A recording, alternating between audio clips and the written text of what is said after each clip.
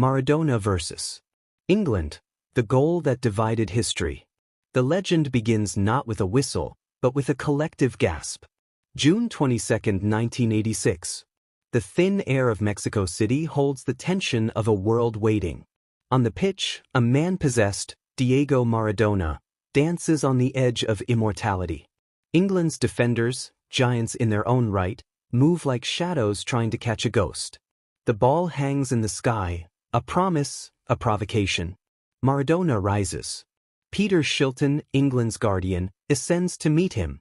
And in that suspended second, history holds its breath, and then winks. What followed was not a goal, but an alchemist's trick. A sleight of hand so brazen, so poetic in its audacity, that it would be baptized not as fraud, but as divine intervention. A little with the head of Maradona, he would say with a rogue smile, and a little with the hand of God. With those words, a myth was cemented. The hand of God.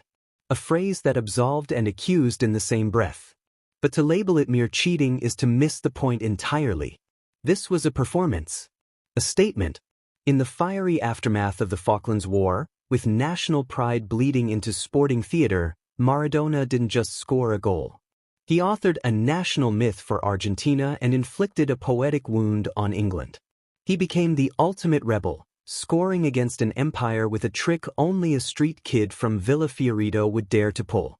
The beauty, the delicious conflict, lies in what happened next.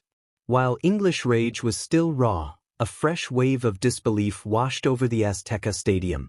Just 4 minutes later, Maradona embarked on a run that defied logic, physics, and every English player in his path. The goal of the century.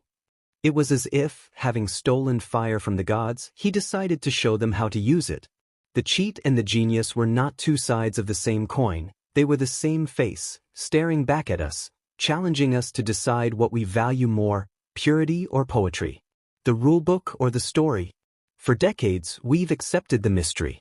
We've reveled in the debate. But what if the real hand of God was never Maradona's? What if it was the perfect storm of obscured sightlines, of pre-VAR innocence, of a referee's innocent blink?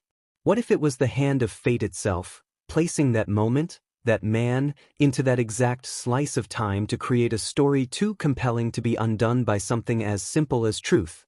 The goal did not stand because the referee allowed it. It stands because football needed it. It is the ultimate folk tale, a fable of cunning triumphing over power, of spirit over structure.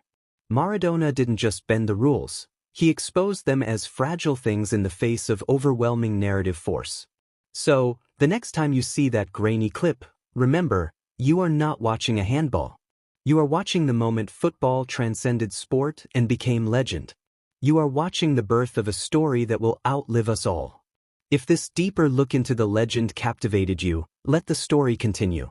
Press like to champion more tales that explore the soul of the game.